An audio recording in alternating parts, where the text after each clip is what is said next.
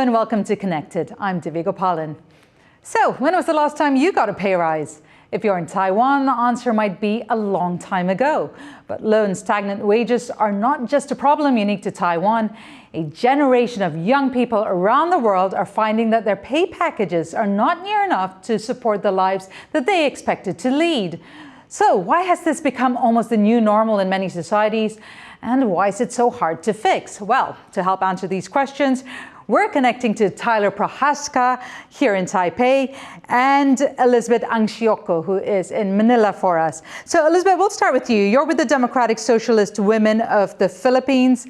Explain a little more and tell us how you're connected to this topic. I am the national chair of the Democratic Socialist Women of the Philippines. It is a national federation of community-based women's organizations, and therefore poverty and economic justice alongside other issues are the major problems that we tackle in our organizations. And therefore issues such as women's work, informal work, and also those who are in other countries working, and also the young people who are having problems with the kind of work they get here are some of the topics that we actually tackle a lot. And Tyler, you are with UBI Taiwan. That's an organization that advocates for universal basic income in Taiwan. And I want to start with this question to you. I want to talk about the disenfranchised younger generation that feel that they've done all the right things to get their career on track, to get the lives that they want to lead, but yet it's not happening. Can you explain to us the situation in Taiwan when it comes to wages? That's a great question, and I think it's something that all of us ponder a lot at UBI Taiwan, because we start off with the solution. That's what all brought us all together, was the idea of universal basic income is very compelling. But then it made us kind of think backwards. What is the exact problem in Taiwan that we're trying to solve? And for us, what we've all come together on agreement is that young people in Taiwan are not receiving the type of compensation and lives that they deserve to live, even though they work hard. They work harder than anybody I've ever met. I mean, the work culture here is extreme in many ways. And in spite of that, they are just simply not receiving the types of wages that they should.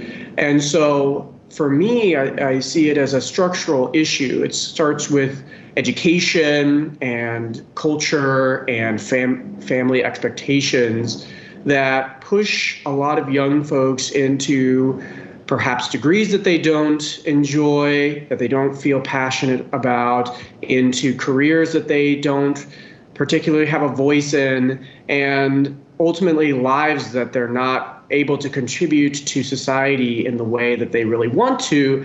And I think it's because we don't give young people the voice that they need to speak out and show what they can really do with their skills and their talents, and we kind of wring out that creativity in the structure that we have set up in Taiwan. So what we're hoping is that with some of those structural changes, we can empower people by giving them a platform so that they can pursue the passions that they're actually interested in.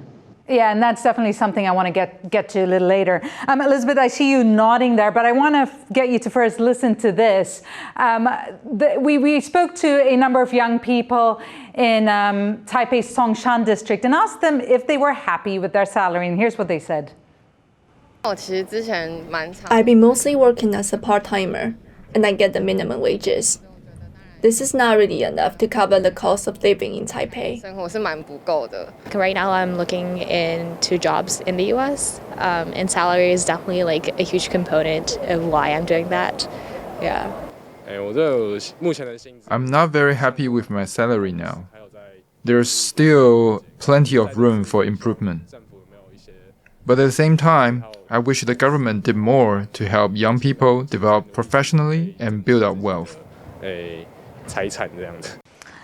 Elizabeth, I know the disparity is huge in the Philippines, depending on which area you're in. But say we were in Manila and we were in one of the more business cafe districts and we went out there with a microphone and spoke to some of the young people. Would any of these comments resonate? Yes, actually, in the last 15 years or so, the industry of business process outsourcing has grown tremendously in the Philippines. And that means that college graduates in our country are basically, they are the ones who are employed by these BPOs. And it's not just about the wages that they're complaining about. There are a lot of other issues because BPOs actually operate along the time zones of the mother companies that actually hire them, and therefore their lifestyles, the workers of the BPOs, their lifestyle is very different from ordinary young people here. So just to jump in here for our audience, we are talking about call centers that are run from overseas. Yes. We're talking about kind of outsourced work. Okay. Yeah. That's the one, precisely. And the average age of workers in the BPO industry is about 25. And the latest data is that there are 1.44 million of our young people employed by the BPOs. And this is a huge number because I checked the data last year, 2022, we only had 1.60 million of college graduates. And therefore, what it's saying is that it is basically this industry that absorbs our college graduates. One, there's very limited growth opportunities in this industry because they are contractual. They are hired for a very specific duration.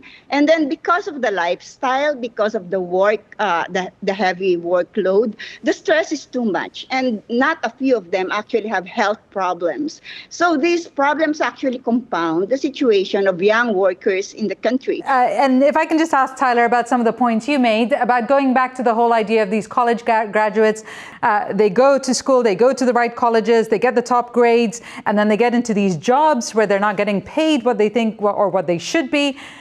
Yet, I feel like it's just generally accepted that wages are going to remain low and we don't see much of a pushback, despite the rising cost of living.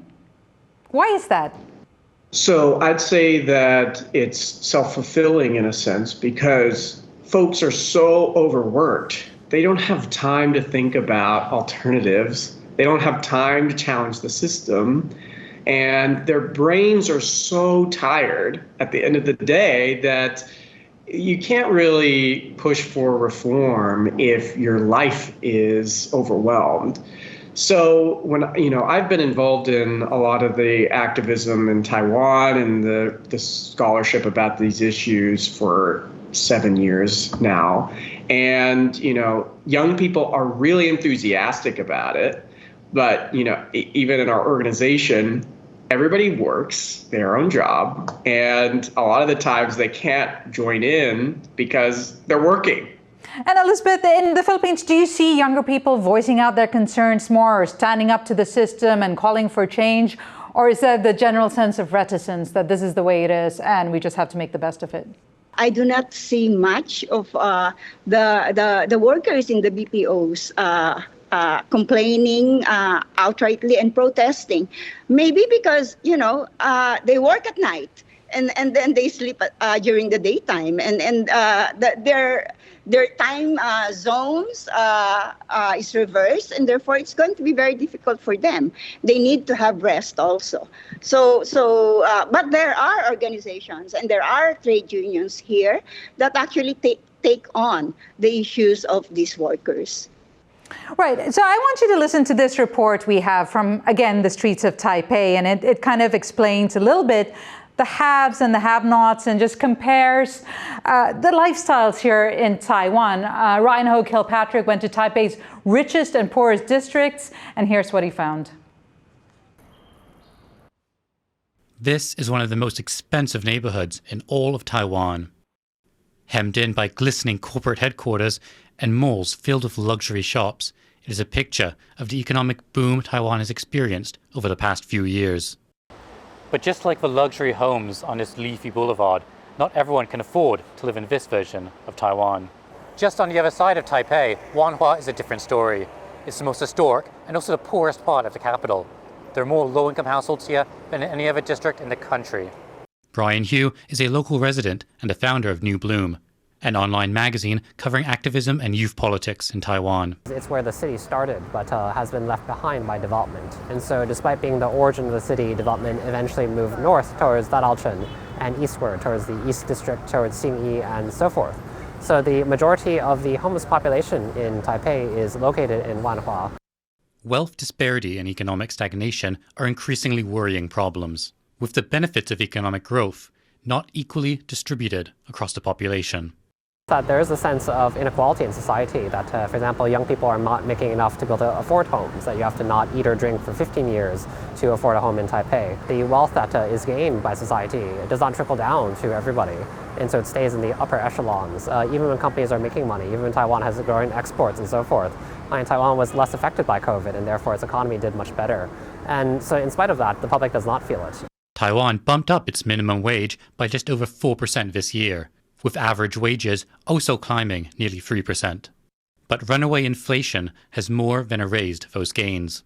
Real wages in Taiwan actually saw their steepest yearly decline for a decade in 2022.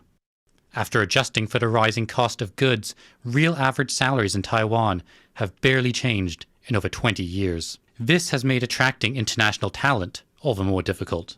The general feeling is that the Taipei wages are okay, they're at an average level, but if you're comparing them to places like Shanghai or Singapore, Tokyo, Seoul, they're about half. Taiwanese loses a lot of its best workers because wages in Singapore and Shanghai, for example, are a lot higher. There's a lot of brain drain here. In many countries, extreme wealth is becoming more concentrated in just a handful of people. And with 9 in 10 Taiwanese workers saying they're unhappy with their wages, this is one unwanted way that people here are connecting with others worldwide. William Chen and Ryan Ho-Kilpatrick for Connected. Two major themes in that. One is the wealth gap, which I definitely want to speak about. The second is the whole idea of brain drain. Tyler, I want you to first start and talk about Taiwan's brain drain and what that looks like. I would say that the folks that I meet, the ones that can leave, most of them do leave.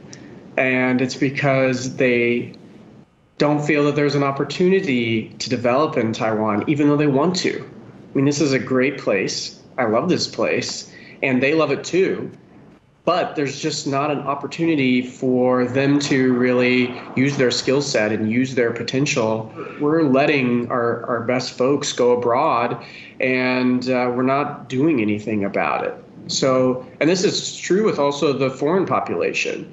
I mean, the report mentioned that we were probably one of the best performers during COVID. We were one of the best performers. And that was an opportunity for us to place them and put them into career opportunities, and we should have tried to retain them. We didn't keep them. Most of them went back.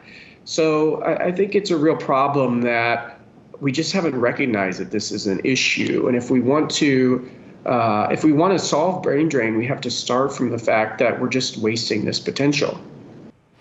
Oh, Elizabeth, there's so many layers of that would resonate in the Philippines. And particularly, one, you have your overseas workers, which the economy relies on.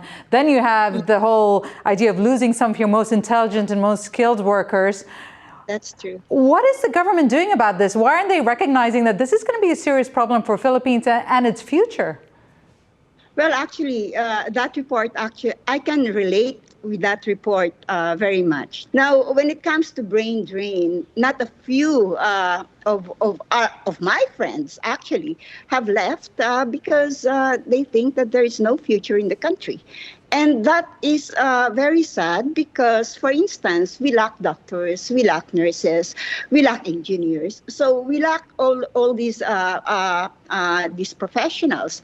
However, one cannot blame them because if they want to have a better future for their families and they can't find it here, then of course it's an option to get out of the country. In fact, many of my countrymen and women have left the country out of desperation.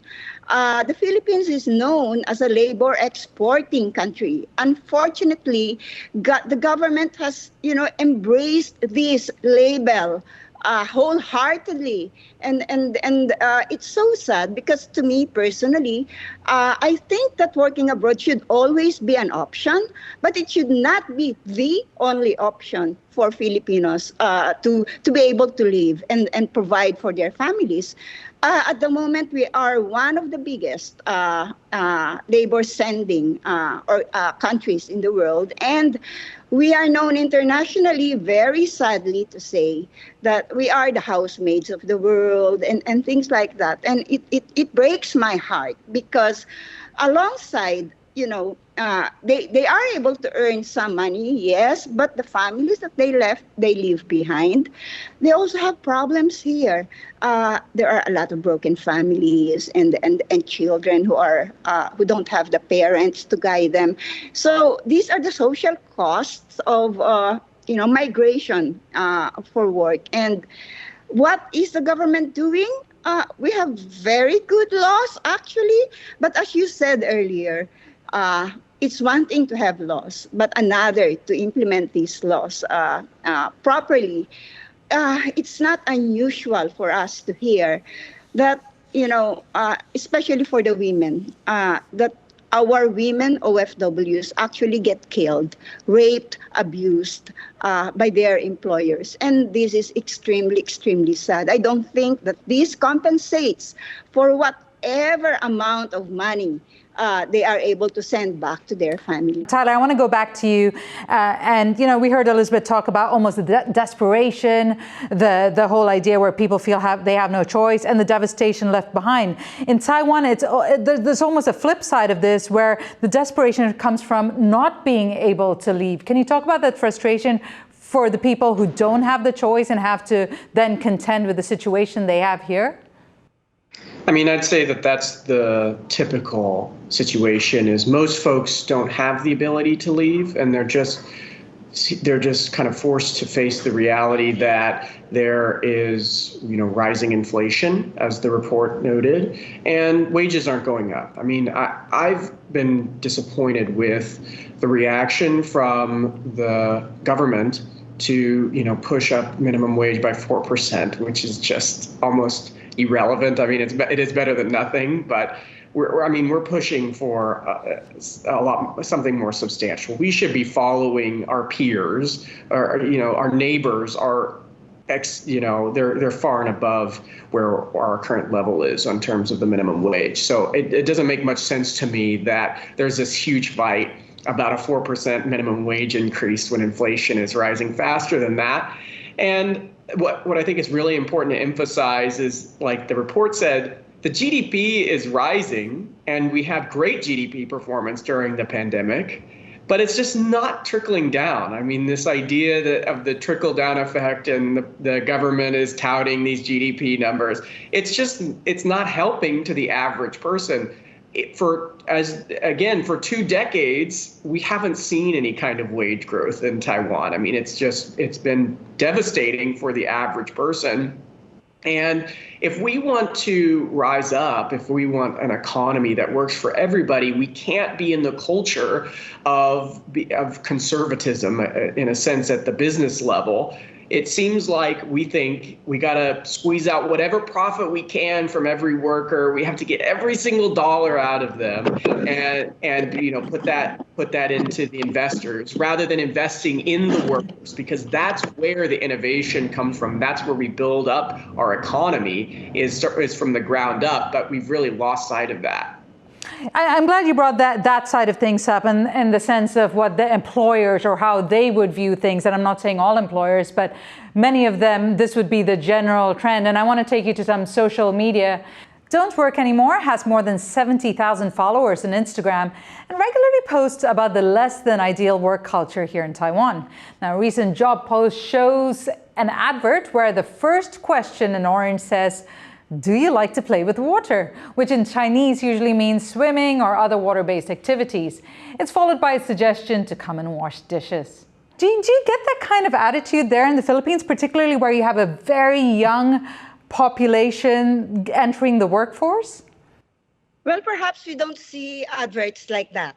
But it doesn't mean that it's not happening, you see, because in the country, wages in itself is a problem because we have very low minimum wages, and our minimum wages vary by the regions depending on where the worker is. Across the board, the wages between women and men also differ. For instance, in lower positions, women get 50% less pay than what the men get, and in higher positions, they get 20% less than what men get. So it's a bit unjust, if I may say. And even in the age of digital, employment, businesses, women still get about 20% less than what the men usually get. I found it amusing because it reminds me of all of the things that Taiwanese are going through with this employment situation. Like for example, the recent problem with folks being tricked to go into foreign countries because they're so desperate, and then they have a whole ordeal over there. That kind of thing is happening way more often than it should. And in a healthy economy where there's normal job opportunities and normal wage growth, you wouldn't have to resort to that kind of desperate acts. So in the one sense, it was amusing that I see employers doing this to attract young people, because I suppose memes are easier than raising wages. But on the other hand, it's pretty devastating because it really symbolizes a lot of what's wrong with Taiwan's economy. Right. I want to try and we're running out of time here, but I want to try and look at what possibly could be a solution, or maybe look ahead to the future. And Bonnie Ling is the executive director of Work Better Innovations. It's a social enterprise that aims to help public and private actors build a more responsible and inclusive economy. And here's what she had to say. A transparent wage grid that kind of reflects salary, by number of years of experience, by skill and education. That has a tremendous role to play in workers feeling like they have a future, and they can stay in a place, and less turnover for the company. And it presents a very clear business case for the company to look at these issues of wage in a broader light, in a much longer term frame than just saying, okay, let's do what is the cheapest for production. So Elizabeth, she's suggesting a bracket with clear pay lines for every level of the workforce, and says that would make a difference, having those distinct levels. Would that make a difference in the Philippines? Is that something likely that could be adopted and implemented? Our call has always been equal pay for work of equal value, which means that whoever you are, if this is your type of work, then you receive a certain kind of salary, a certain kind of wage. But at the same time, we also need to increase the wages in the country. And as I said earlier, only about 20% are informal employment. We also need to protect the workers in the informal economy, because this is the catch basin of everyone who loses job. They get to go to the informal economy, and the workers there do not have social protection, not protected by laws, and things like this. And therefore, what we're trying to do now is really to influence our legislature so that the workers in the informal economy are covered by legislation. This is so unfair because these are the poor workers, and yet they don't have any protection from government. And Tyler, is there an informal economy here that kind of makes up that pay gap so people can reach the standard of living that they want to? So the informal work problem in Taiwan is also an issue. You saw that in the pandemic when a lot of folks, they were denied pandemic assistance because they were not formal employees. There was no record of them. And so, it affects everything from all levels. If you want labor protection, if you're exploited by your employer, if you need assistance from the government, if you don't have that formal employment, then you're not protected in the same way. And these are typically the most vulnerable workers as well, and they're the ones with the least amount of protection. And so, I'd say that this is something that needs to be, again, it needs to be something that's solved in a way from the ground up, because I'm unconvinced that Taiwan has the capacity to do much about this. I would like to see more enforcement, but I just don't think it's possible. And what I mean by the ground up is I really think that we need to, as individuals, come together collectively and push society towards stopping these types of things. And we demand better from our employers. And we need to make an economy built on the fact that we're human beings that need rest. We need time to think. We need to pursue our own passions and creativity. And I think that's going to benefit not only those individuals, but it ultimately benefits society too. Now, the Philippines and Taiwan, two very different countries, two very different economies, but sadly so many related problems and common problems when it comes to how workers are treated and what the younger generation of workers need to face. Thank you so much, Tyler Prohaska, Elizabeth Anshioko. Thank you so much for your time and your insight. It's been great to have you on. And to our viewers, of course, thank you for your company. Stay connected.